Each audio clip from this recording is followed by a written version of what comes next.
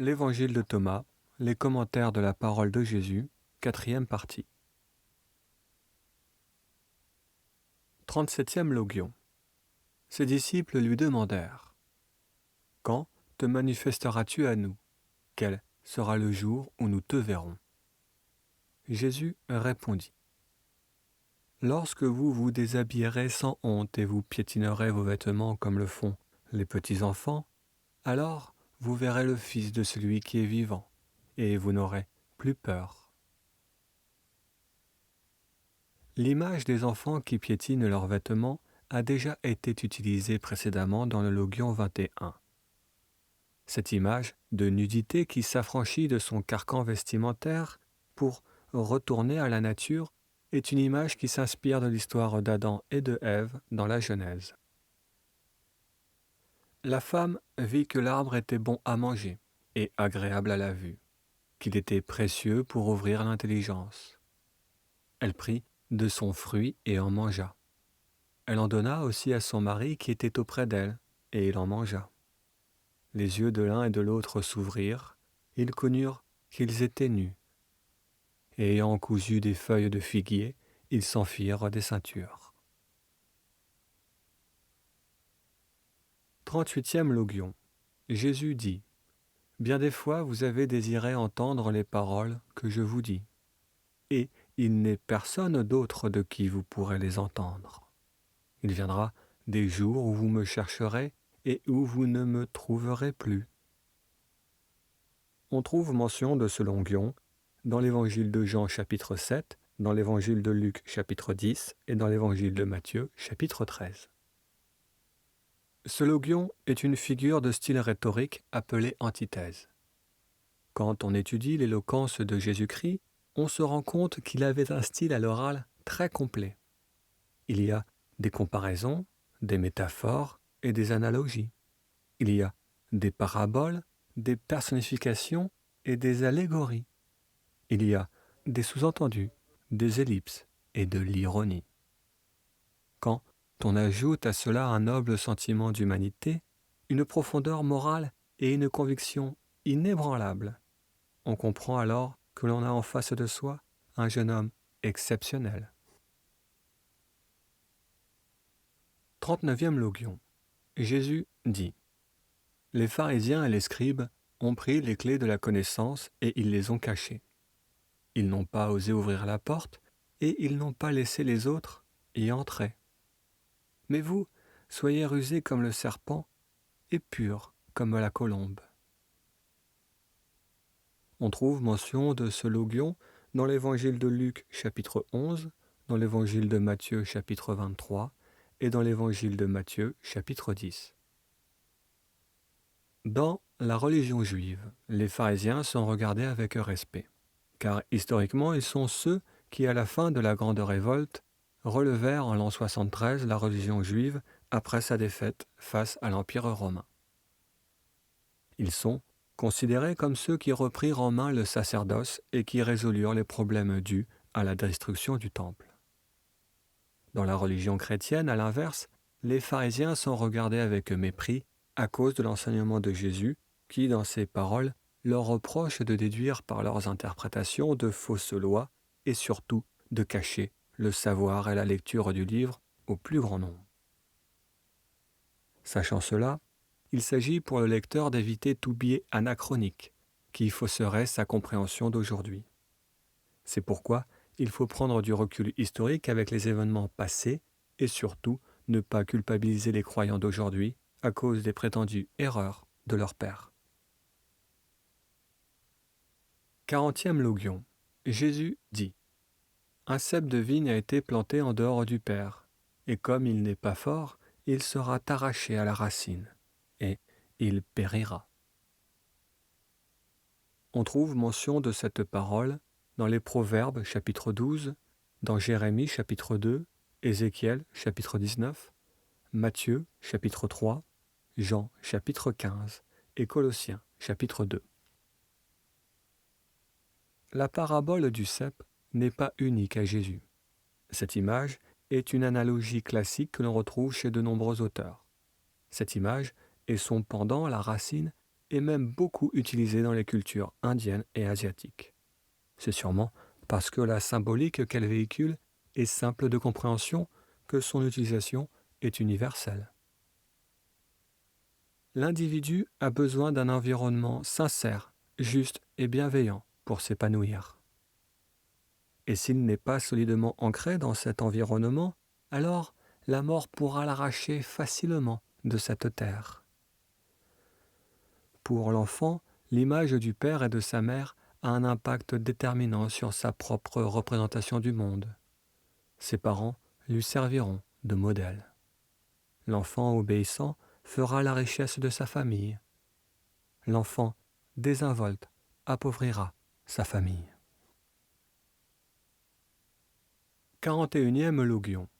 Jésus dit : « Celui qui a dans sa main, on lui donnera, mais celui qui n'a pas, même le peu qu'il a, on lui enlèvera. » On trouve mention de ce logion dans l'évangile de Luc, chapitre 8, dans l'évangile de Matthieu, chapitre 13, et dans l'évangile de Marc, chapitre 4.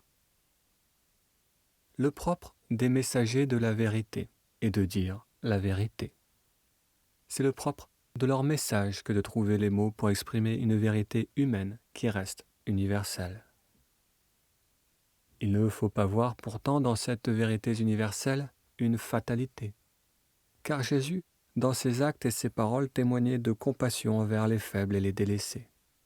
Il souhaitait une vie faite d'ascétisme et de partage, où cette vérité terrestre serait supplantée par une vision céleste qu'il appelait le royaume.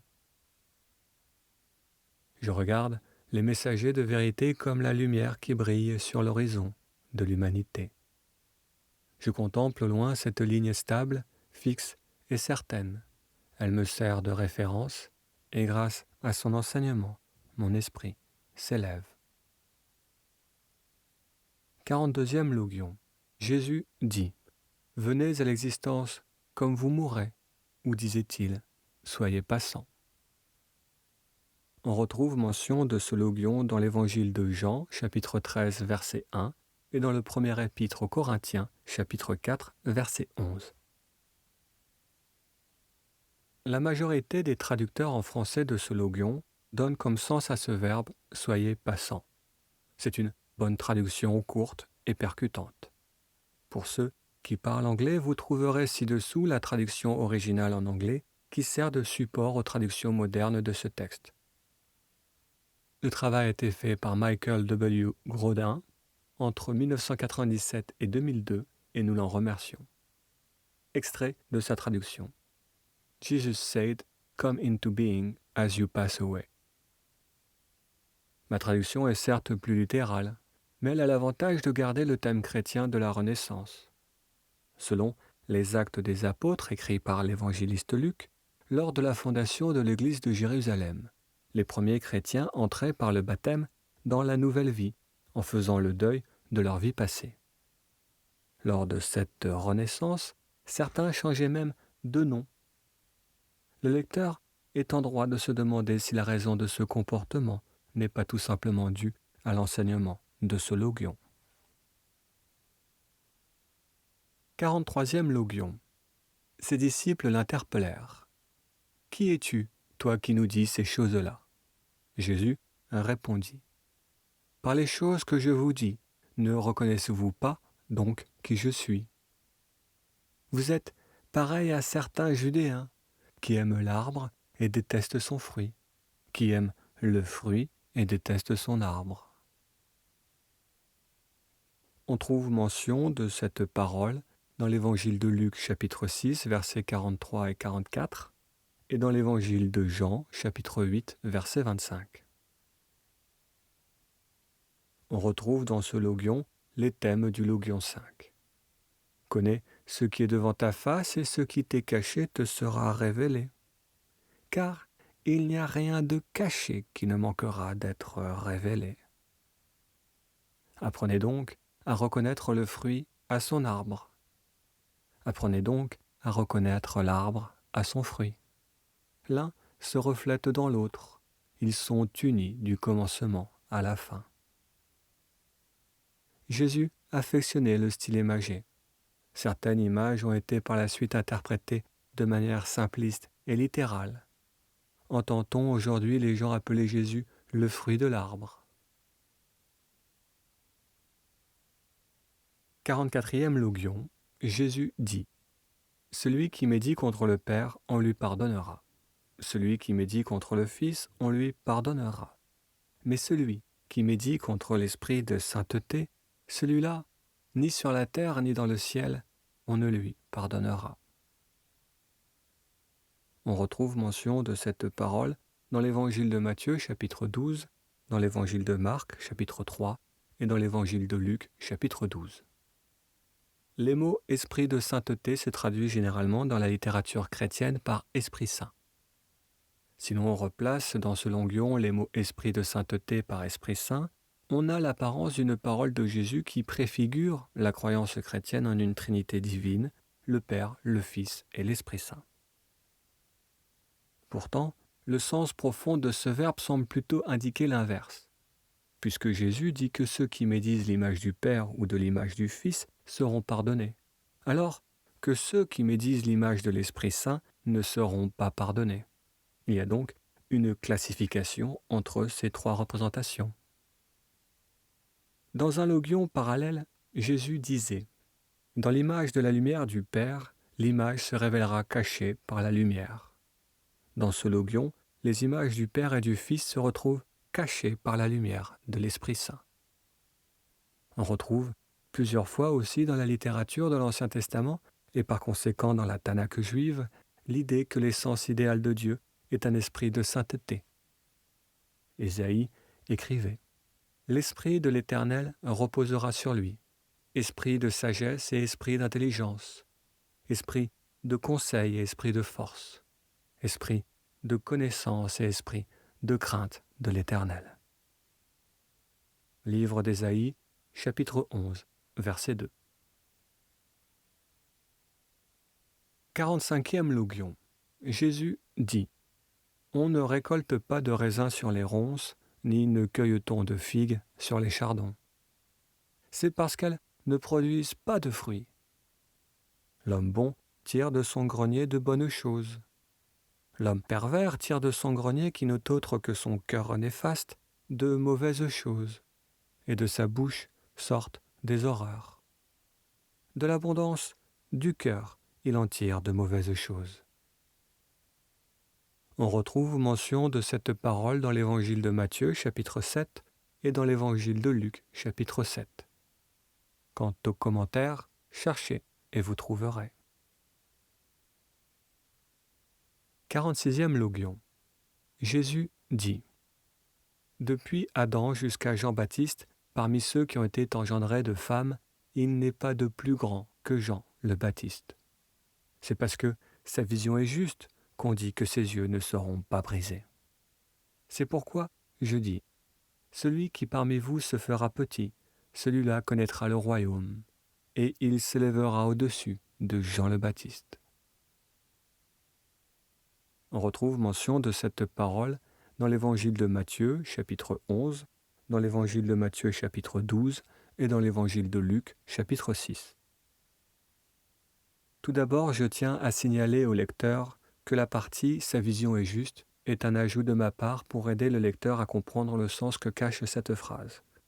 Sans ajout, la phrase est « C'est pourquoi ses yeux ne seront pas détruits ». Les yeux représentant l'idée de ce qu'il voit, c'est-à-dire la vision. Pour commenter le sens de ce logion, je trouve en premier qu'il témoigne de l'admiration de Jésus pour Jean le Baptiste. Ensuite, je trouve qu'il témoigne aussi du sens que Jésus donnait à la grandeur.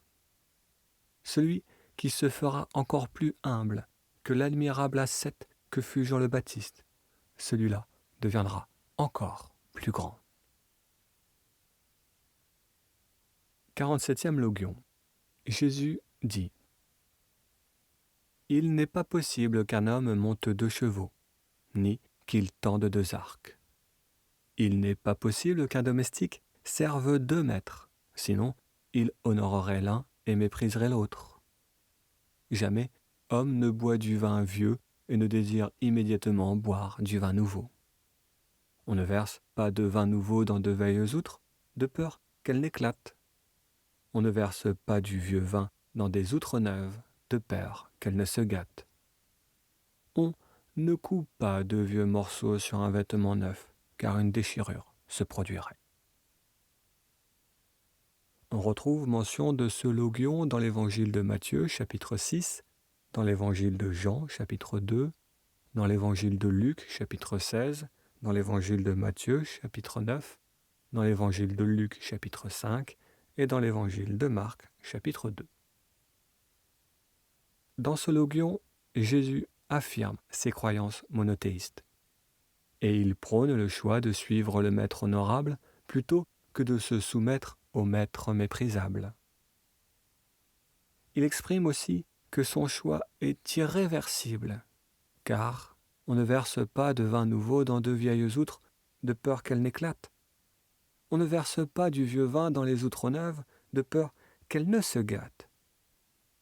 On ne coupe pas de vieux morceaux sur un vêtement neuf, car une déchirure se produirait.